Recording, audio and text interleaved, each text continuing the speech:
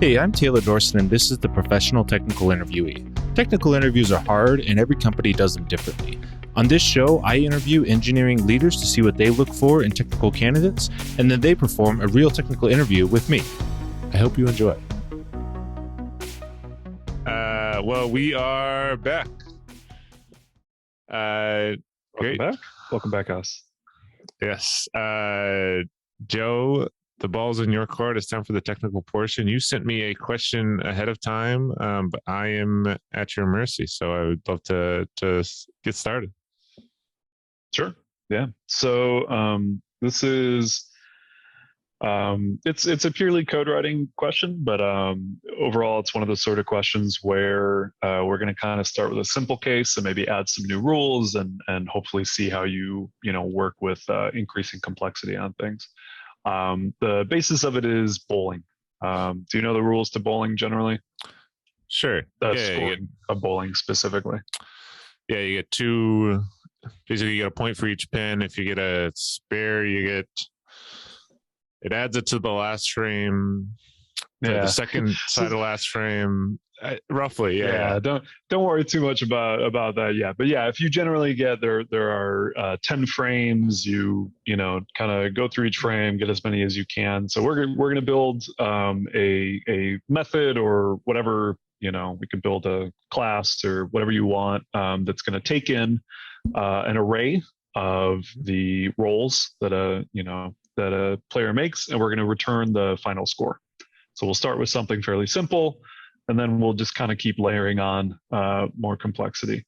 It is not something where I expected to get to the end. I actually was kind of refreshing myself on this before the show, and just kind of trying to remember how folks usually get through this problem, and it took me like 40 minutes to come up with a sensible answer to it. So not really expecting us to get all the way through. Great. Let's see what what I can do here. And sure. I've been working with JavaScript mostly recently. Method and function, are those interchangeable? Yeah. Okay, great. Cool. So the main goal is just to basically, if this was our initial, this would be our input, right? So the roles, and then the goal would be to get a score of 63, right? That's what the output should be based off of this. Yep, exactly. Okay. Great. Well, it seems to me, I could certainly write a function that would do this. I'm better at that than writing something that would be class focused. So that would be my approach. I believe I could, at least without any complexity of having strikes or spares, it makes sense to me just to loop through this array and just add each score or add all the scores together, because that will get more complicated once we're factoring in having strikes or spares, right? But I believe that we don't have any issues doing that. So because a first step, I can make way to get kind of the basic framework in place. Yeah. So I would just loop through that, moving through each one and adding that to some score that I would return at the end. Will it always be a full frame? Something I can assume? Yeah, all of these examples are a complete game. They would all be true examples. Great. So we're not going to have to worry about any negative. We're always going to have some actual score. Yeah, exactly. These would all be real games. Okay, great. I could give other input examples, but essentially our numbers will never, we're also assuming the numbers will never be over, I think it's basically 9. Yeah, they can never be over 9, and these two sides will never add up to be something that isn't an actual bowling thing, like isn't a correct bowling frame. Yeah, exactly. Yeah, exactly. Great. Cool. Then I could give other outputs. Try to trick you. Yeah. I could give other outputs, but I think it would just change the score, right? As long as I know that these are always going to be real frames, it's always going to be a full. I think I'm using frames as both terms as this whole set. Is there a difference? Yeah, I think it's there are 10 frames in a game. 10 frames in a game. Okay. So as long as it's always going to be a full game, the frames are always going to be max of 9, right? Or no, they could be a max of 10. But then it would turn into a spare. But yeah, well, oh, you're saying each frame would have a max of 9 if you added it? Is that what you're saying? Yeah. Like this could be, or you would get a strike or a spare with somewhat, would be 10, I guess. Yeah. 10 pins, not 10 points. Yeah. Got it. Oh, this is the recording the number of pins knocked down rather than the score. I guess that's an important distinction. Correct. Yeah, absolutely. Yeah. Right. Okay, great. Yeah. I think that actually makes things much easier for me. Yeah, if you weren't familiar with the bowling rules, which I assume some people watching this, the score starts to get really gnarly. The pins are simple. Yeah, got it. Okay, I think that would actually simplify things for me. Let me write this basic function before we add in strikes and spares, but I think that'll actually make it easier for me if all this is recording is these are just the number of pins rather than the actual score. That in my head makes it seem simpler. Okay, great. Anything else I should be keeping in mind before I start coding here? I mean, normally I would pseudocode this out, but again, it's pretty straightforward. I think just create function takes an array.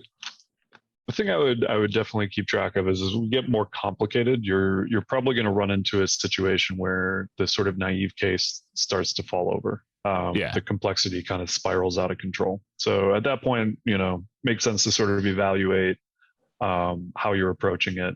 You probably won't be able to just add on to this first one until you're done. That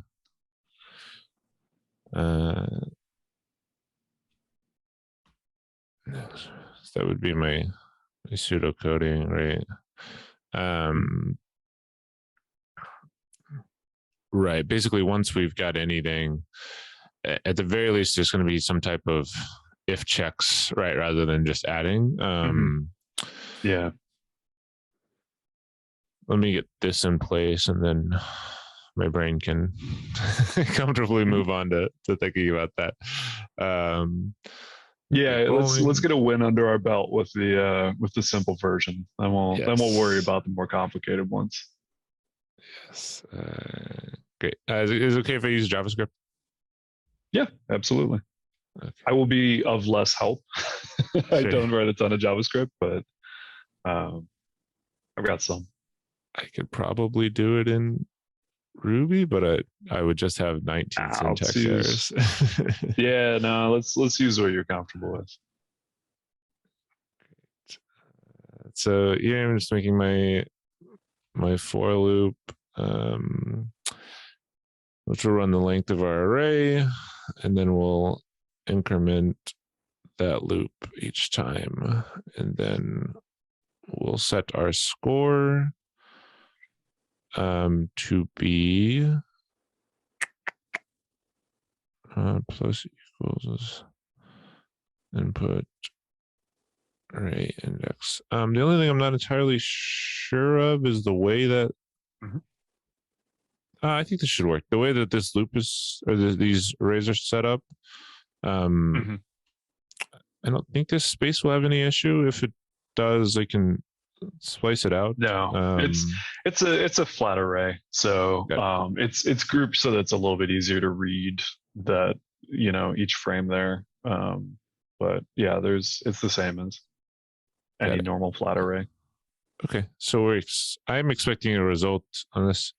Let's see, our score equals 0. We start with 0. Our score we just add each number. So I'm expecting this to return 63 to get our first one here. Is it okay if I run this? Yeah. Great. Let's see. 26. Okay. Score of 0. Okay. Plus.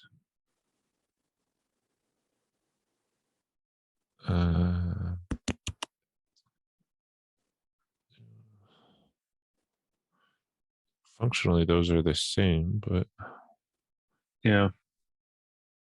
let's make sure I'm actually iterating through this array correctly.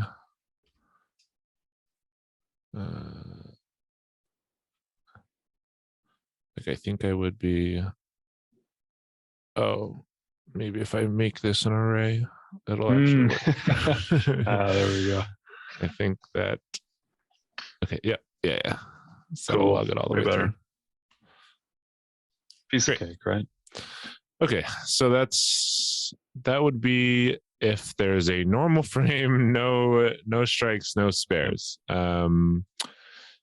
and I will issues? say as a hint, you should probably make sure to keep running the earlier examples too. Sometimes there's a tendency to break the early examples as you get to the harder ones. So, okay, what could we call this? Normal. How about no strike / spare? Great. So we can keep track of that. Well, I thought we could.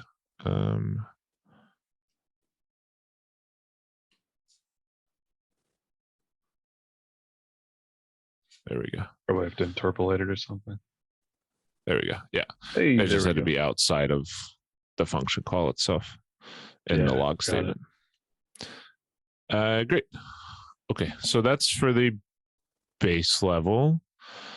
Mm-hmm. In reality, throws that don't knock down any appends are recorded using a string dash. Okay. So rather than basically, if all I'm doing is solving for this next case, if we find, again, I guess there's probably multiple ways to do this. In my head, I'm thinking, oh, we're just going to keep adding if checks, right? That are different rules based on this. That might become really ugly really quickly. Is there another route that maybe you suggest? Some people like get into doing objects for each of them, and I feel like sometimes that really gets you into trouble as quickly as anything else does. You can start trying to like abstract out functions, but it's tough to predict in advance, right? Like what the complexity will be. I think an if check at this level of requirements, an if check seems like perfectly sensible. But you're right, it is going to get out of control eventually. Yeah, I'm always trying to be aware of this because I feel like I will often be like, oh, I can just keep solving these small changes with a small if check, and then I've got 15 if checks at the end of it. So there's a Sandy Metz-ism. Sandy Metz, who is my like favorite developer of ever, that you will never know less about the requirements than you do now. So I think, if this is the thing that we know about, like we can solve for this and then we'll understand later the ways in which our solutions don't work. Right. Yeah. That makes sense. Okay. So my concept here is basically to check if this equals basically whatever the current element being looped through equals dash. I forgot JavaScript uses 3 equals. Yes. It's always fun when I do mock interviews for bootcamp graduates who are using Ruby, and I'm like, your syntax is all messed up. And I'm like, oh no, I just don't remember the correct Ruby syntax. And they leave out their lets, and I'm like, you're gonna have some issues. And I'm like, absolutely not there. No returns. Fine. Yeah, no returns ever. Yeah. It's nice, right?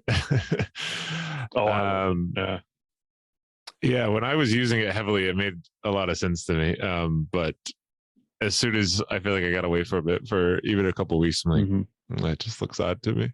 But this isn't any prettier, right? Like JavaScript used to be awful. I feel like now JavaScript is like way better than it was back then. Yeah.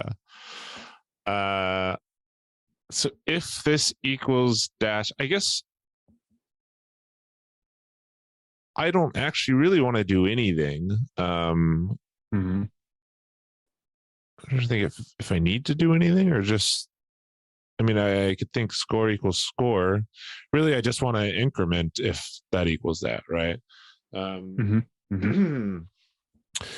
My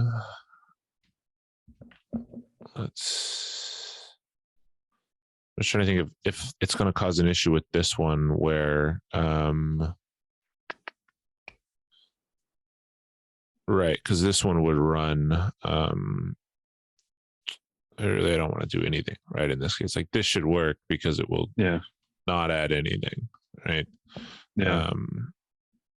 So we should get 63 for both of those. I don't love this empty if statement. I was gonna say, yeah. What can we do there? I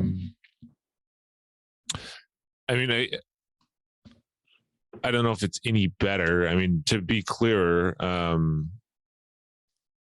mean, I absolutely would do something like that. Yeah. At least that is clear. Either that, or right? I would generally either do that or leave a comment. Like no op comment. Yeah.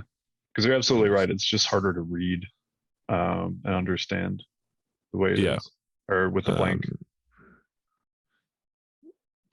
As zeros. Right. So double check there. Great.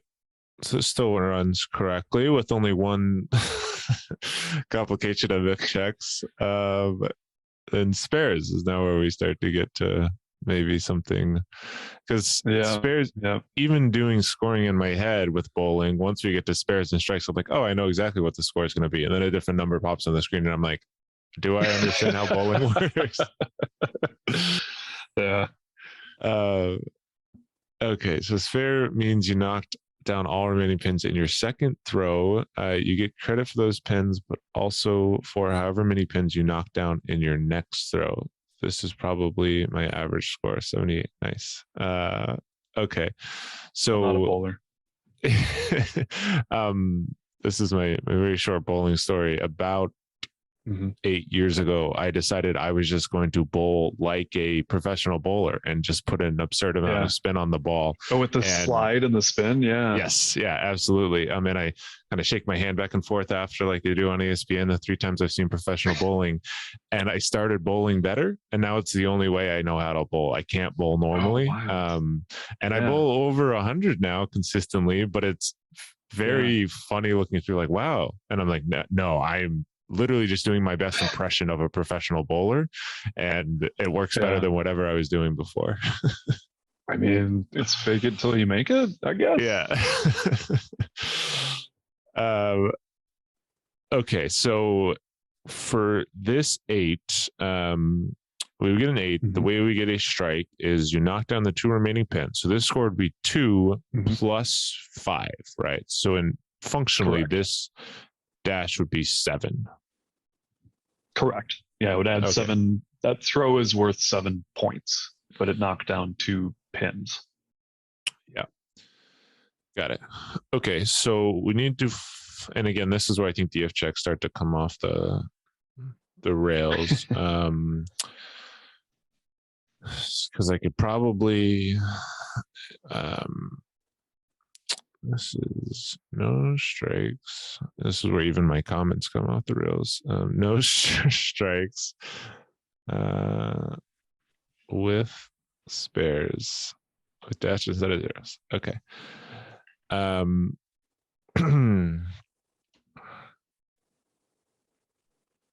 So, I mean, in my head, I can work out the logic of the same type of thing of, if we see one of these, then we're going to take whatever index plus 1 is and add it to, I'd have to track the previous index variable, right? Or save it as a variable, and then basically index plus 1 plus whatever that previous number, which in this case would be 8, minus or 10 minus that previous number, right? Which would have 2. So then that would be 7 equated there. Which I think functionally I could probably write that logic. What becomes much more complicated is, what if it's a dash after, right? Oh yeah, that's true. So would that still work if our dash is 0? Basically being evaluated as 0 right now, we would add next one, which you could see a 0. I think that could still work. I just think my if checks are gonna get weird here. And I'm trying to think if now is the time to try to find a better solution. Like, I don't know if a better solution immediately comes to mind of what do we do. Objects are not really something that I feel any more confident in building objects that would work correctly than I do building complex like additional checks. Is there anything that you think maybe is a better approach as things start to get more complex? Yeah, I mean the dash thing is the interesting one, right? And the next one is going to get even gnarlier than that. But it seems like you stop being able to evaluate only this index, right? Yeah. Like you start having to think about the previous one and the next one. And so you kind of stop being able to just loop. Yeah. Right. Because you have to refer to the number of pins in the other ones. You could start, keeping track of an array where you understand both the number of pins and the mark or whatever for each roll. You can start keeping track of entire frames is a thing people do. You could transform the array is a thing that people do. Which if you could like make a pass through the array. But it gets to the point where we're going to need to be tracking more data. So almost certainly you're going to have some sort of, you're going to have more variables than just the score right now. Yeah. Right. Like right now, the score is the only thing we're really storing. Right. Yeah. I'm trying to think of other, like if turning it into a hash or an object makes sense.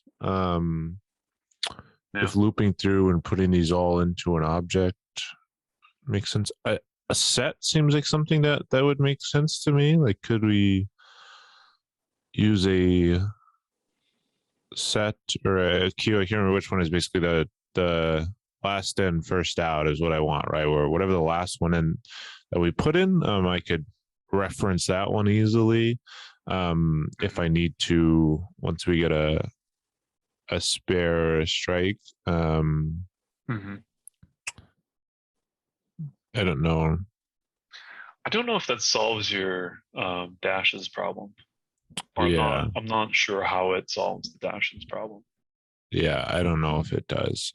I'm thinking of what is it like? I know I could track these other variables, right? By basically saying something like let previous equal input array index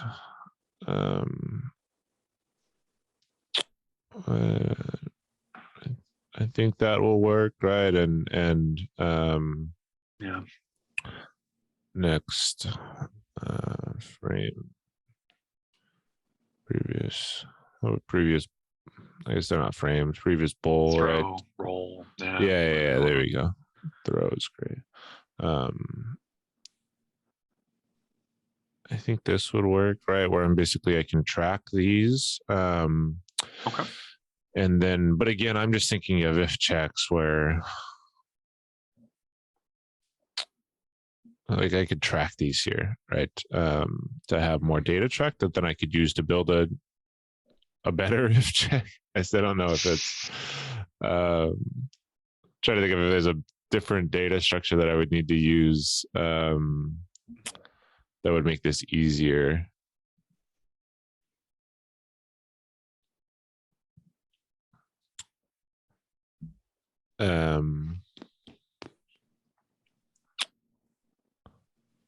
So what is this this sort of tracking version? What does that do in our spare followed by a dash? Because a spare, you'd never have a dash before a spare. No, you would. You would if you have 0 Yeah. and then you bolt 10. So you could Yeah. have a dash in either case or both cases. Yep. So how does this solve it, or how, can we like pseudocode our way through how we would handle it using our previous throw next throw? Yeah, I think I would have another, basically if it's the same type of if check, right? Except if it's a dash.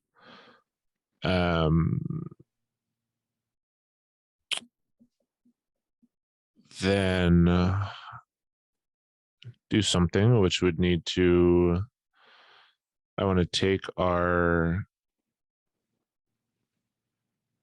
I'd probably make another variable. We take our let previous frame equal, and I want to take our previous throw should be minus 10, I believe, right? So I want to get that number. I think 10 minus, right? 10 minus. 10 minus throw. On a semi-regular basis. I'm staring at leak code problems and very frustrated why. I'm pretty sure I have it correct, and it's because I've reversed what needs to be minus from what.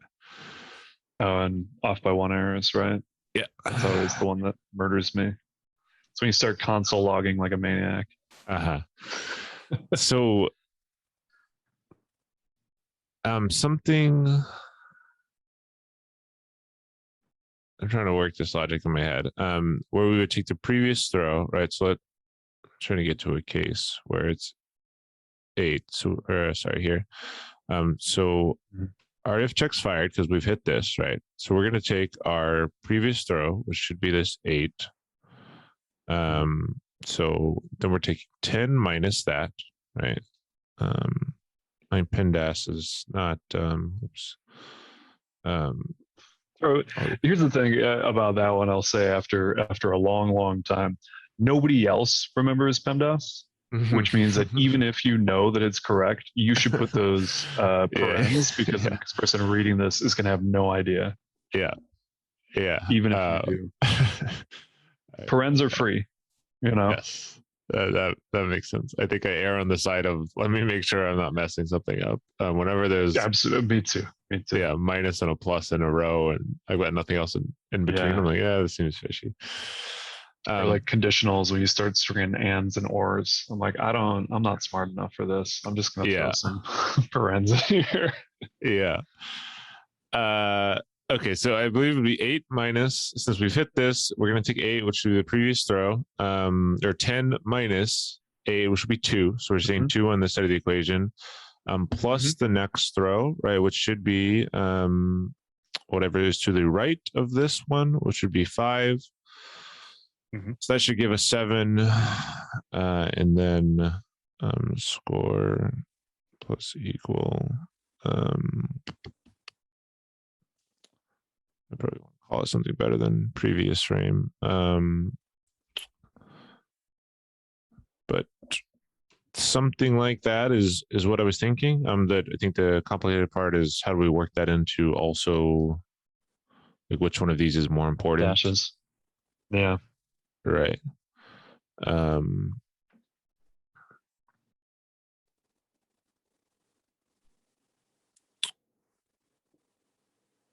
Right, because there's no priority between the priority is spares right now, but if this dash is here, right, so then it could be, I mean, this is when it gets hairy, right? It's just putting another one of these, dropping one in there. Yeah, right. Like and I feel like this is like the last time that this is with this one. I feel like it's plausible to do that, but then like as soon as we get to the next one, it starts to be just unbearable. So we can get through this one, we can solve this one, but then we'll definitely need to start with another style. Yes. Okay, so this one next throw equals dash. I want next throw to equal 0. And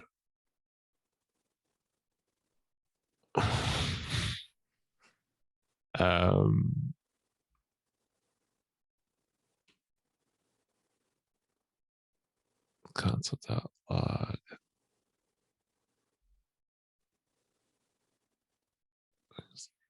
What is that output? It's putting the dashes in it. 2.9. Oh, we turn into a string, essentially? Oh, funny.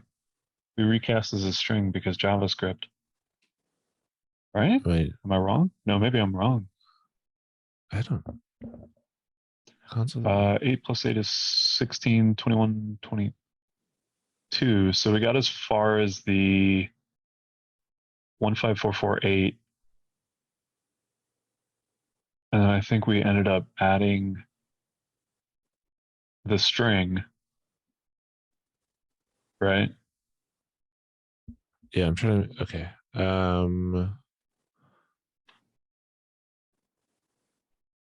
Right, we've added this instead. Oh, because I didn't do this equivalent. I've done score as previous frame, which, yeah, this is where it starts to get hairy. Yeah, I'm adding these the actual string, right, version of this, and I think it's because I'm not doing whatever this equivalent is, right? It was like moving on. I thought I was doing that. If this check happens, previous frame. So who's adding the slash? What line is adding the slash? Yeah, that's what I'm trying to figure out. If this happens, we're checking that first. Okay, we've moved past that previous frame because we're not actually using this. Oh, this is also running. I think this is running. Yeah. So this is when it gets. I think that'll fix it, but this is certainly. I don't know if that one's gonna do it. If you let's put back one step back on the outside there. I think that probably line 22 should be an else if. That would allow us to. Yeah, right. We can't just dump it inside there. 78 is what. Yeah, I just think it's right. Great. Because we want to evaluate for this. If that's not true, we want to evaluate for this. And if that's not true, that we just add it. Right. Okay. Yeah, and sometimes you can express that as a case statement or whatever. But yeah, it's essentially we're choosing one behavior per throw, I guess. We were accidentally choosing two behaviors. Yeah. I'll say two things, Joe. I think now is the crux of the problem. Now is also when we run into a time barrier, right? So we can. I'm curious because I don't know how to continue to do this in this way that I'm doing this. Right? I don't think it scales in this way. I don't think you can. I just don't think that you can. I do not know if I know. I'm just trying to think of other ways functionally where, like, you mentioned earlier, like looping through and maybe transforming it, like putting it all into some type of object and then basically building the score maybe based off of what is in that object makes some sense to me. I don't know how you would track though. Basically, like if I have X amount of these, right, I know I'm going to have to do some math, right? That makes sense to me. Like I could build this hash and basically, if it doesn't exist in there, put it in there, and then otherwise increment it, right? Like that makes some sense. I don't know how to functionally do that. Well, can we, ignoring how you would go through the process of like creating that sort of like array of objects, can we just like fake what a set of, again, even just pseudocode, what would that set of or array of objects look like? What would we like to have? Can we figure that out? Yeah, I think we would almost need to have like, this is our array.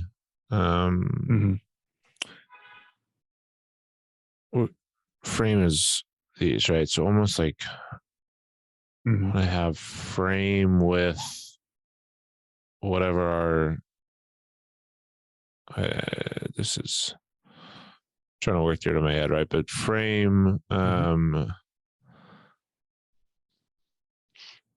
I think we want to check the frames. Or almost like frame throw one, right? Or we're tracking each individual thing, might make more sense. As far as like being able to reference that later, right? So we could easily get that. And then like frame, maybe having frame throw like score is what we're gonna calculate later, something like that, right? And like that end up being like the addition of all of those together is what we return. Like that makes some sense to me. So what is our spare? Let's pick there's one that's an 8 and then a spare. What does this object look like in that case? Let's see. So our frame one would be this. We have a spare here. And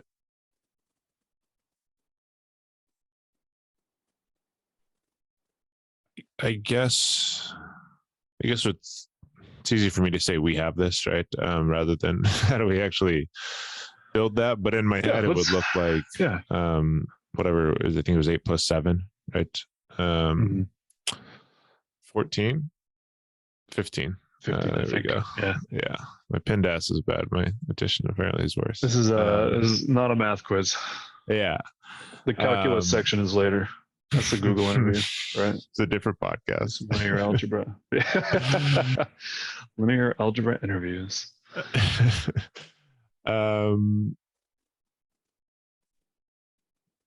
Something like that makes sense to me. And then we could go through and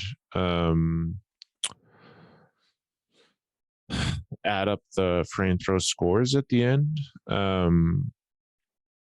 But I don't know if it's like, if getting this is like how I would do that, right? Because I would involve, and maybe I would have to have something like where I'm checking if frame 1 plus frame 2, basically when we're building these objects, if frame 1 plus frame 2 doesn't equal 10, or isn't a number, however we would want to evaluate that, like what frame remainder or something like that is, right? Which is what we could use to get this score, right? If we have maybe we could to get the like that. Yeah, I think the hard part is that it still hits our dash problem, right? So like imagine we've got our slash here and we've got another of these object literals, right? Then our frame throw 1 for the next one is going to be a dash. Yeah. And so I think this is where we sort of like hit a question of like, does this kind of solve for the dash this way? Right. Or does this sort of just punt the loop into just a funkier loop? Yeah. Yeah, I don't think it does. Yeah. I'm trying to think if there's any other way that makes sense to me to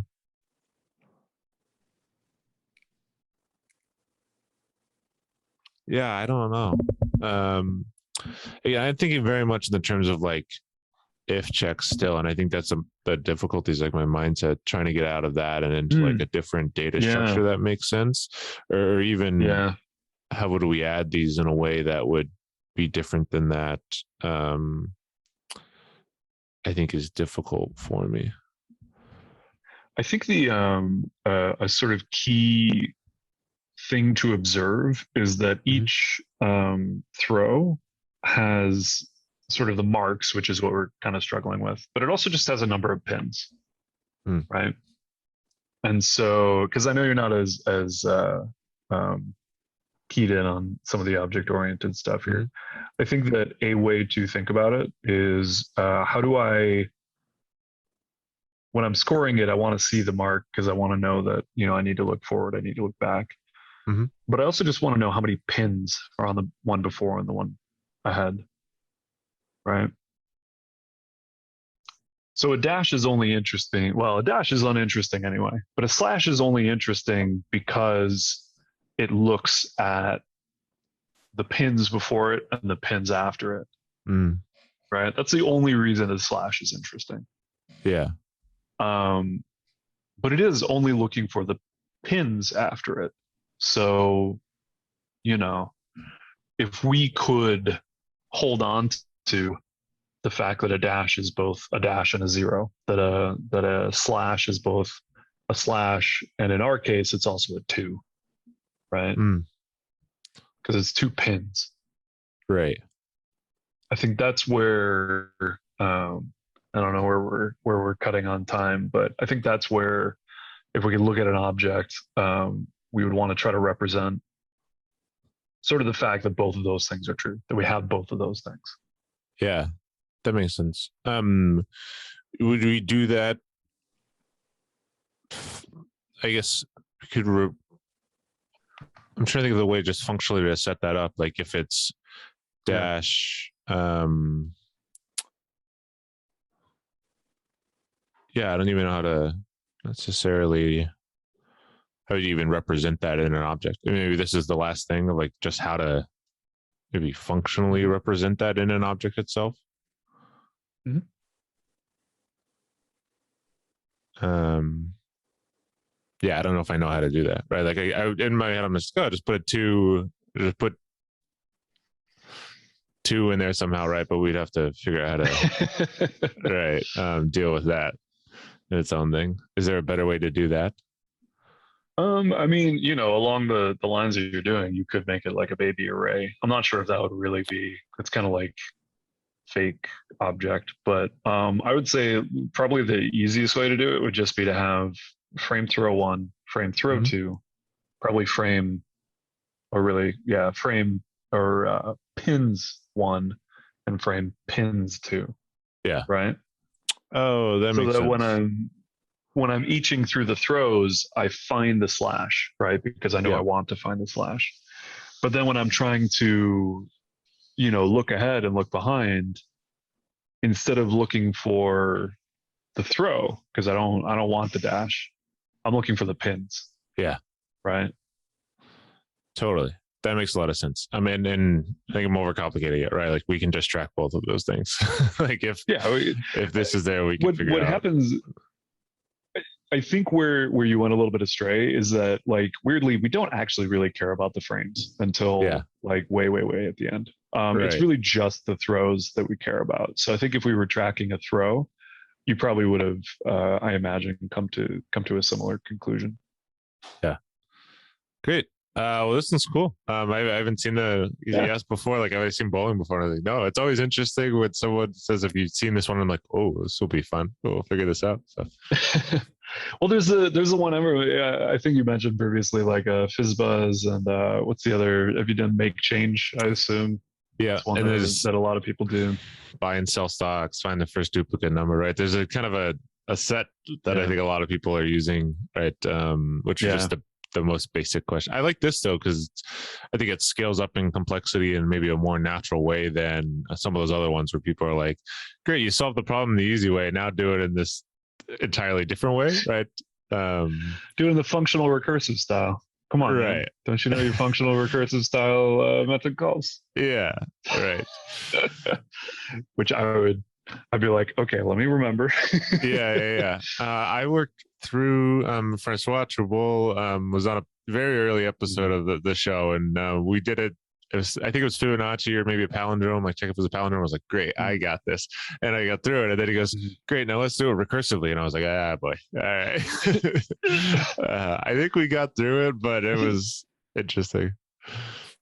In 2.5 years of my current job, we did use recursion twice. Twice we used recursion. Yeah. So like, is it used? Depends. But yeah.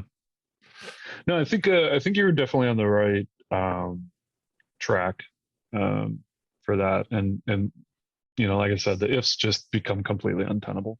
Yeah, I think that's a common hurdle for me to get over my head. Is like, oh, it's easy to do this until a point where there's like, oh, it's no longer easy, and then now it's like, find this other route. I think I'm trying to get better at earlier recognizing like this is going to become unsuitable quickly, and like the faster I can find some other solution, the easier it is to make this problem as a whole, right? Yeah, but like don't like guess too much ahead, right? Like I think it was totally fine for us to decide when we got to the point where we kind of had to do two transformations, right? We had to transform the slash, but then we also had to transform the dash. Yeah. Like that to me is probably where we can recognize like this is not working. Yeah. Okay. Because the next one after that is like, what if you have a strike, but then you have a spare after it? So it's like, right, transform the strike, but then the spare could be, the roll is a 6 or whatever, but the score is a 12. So it's like, all right, well, do I calculate that one? How do I keep track of it? Yeah. So I think it was a good departure. It was a good point to depart from where we were. I think if you were more in practice on objects, it would have felt a little bit more natural. I think it's just a tough part of keeping track of it. Yeah. But yeah, like I said, I tried doing this one to refresh myself, and like I tried doing the if version just to see how far I could get. And it's like, oh man, this sucks. Painful quickly, right? Yeah. Great. Well, thanks so much. I mean, any parting words? Anything to plug? Obviously, it sounds like Home Chef's always hiring. And you got other things going on you want to mention? Nothing in particular. No, just stay safe out there, y'all. Yeah. living the end of the world life. Yeah. But yeah, no, it's been fantastic. Great. Well, thanks so much. I really appreciate you being on. Thank you for watching the technical interview portion of the Professional Technical Interviewee. If you want to tackle this interview question, you can find it at github.com/professional technical interviewee. New episodes are released on the first 4 Thursdays of each month. Find us on YouTube at youtube.com/Taylor Dorsett or on Apple Podcasts or Spotify. Make sure you subscribe so you don't miss out on new episodes. And remember, keep practicing.